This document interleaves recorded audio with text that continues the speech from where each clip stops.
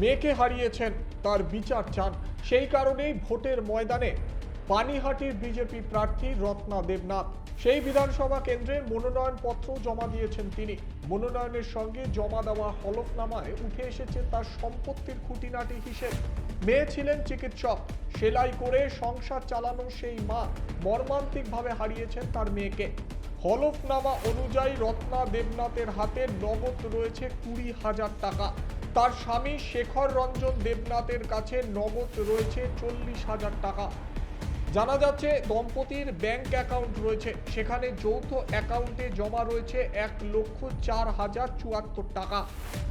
একই ব্যাংকে রত্না দেবীর নামে পৃথক অ্যাকাউন্টও রয়েছে, সেখানে 90,422 টাকা রয়েছে। এছাড়াও রত্না দেবনাথের নামে দুটি ফিক্সড ডিপোজিট রয়েছে, একটিতে 1 লক্ষ এবং অন্যটিতে 8 লক্ষ টাকা রয়েছে। হলফনামা অনুযায়ী তার কাছে রয়েছে 30 গ্রাম সোনা, যার আনুমানিক বাজার মূল্য 4,35,000 টাকা। একটি গাড়িও রয়েছে রত্না দেবনাথের, যা স্বামীর সঙ্গে যৌথ মালিকানাধীন।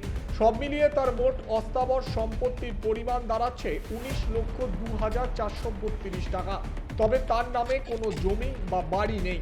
অন্যদিকে রত্না দেবনাথের স্বামী শেখর রঞ্জন দেবনাথের সম্পত্তির পরিমাণ তুলনামূলকভাবে বেশি। তার ব্যাংক অ্যাকাউন্টে মোট জমা রয়েছে 1,02,339 টাকা। পাশাপাশি যৌথ অ্যাকাউন্টে রয়েছে আরও 1,04,074 টাকা। তার নামে 3টি ফিক্সড ডিপোজিট রয়েছে 10 লক্ষ, 15 লক্ষ এবং 5 লক্ষ টাকা।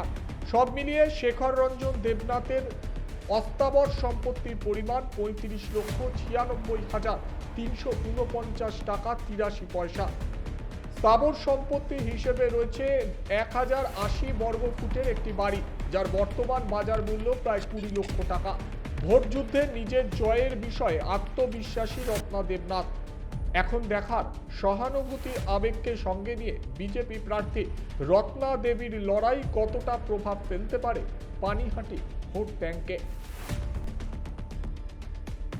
আমরা দিন কাটবো তত দিনকে টিএমসির গুন্ডারা বিরক্ত করবে, এটা আমরাও জানি।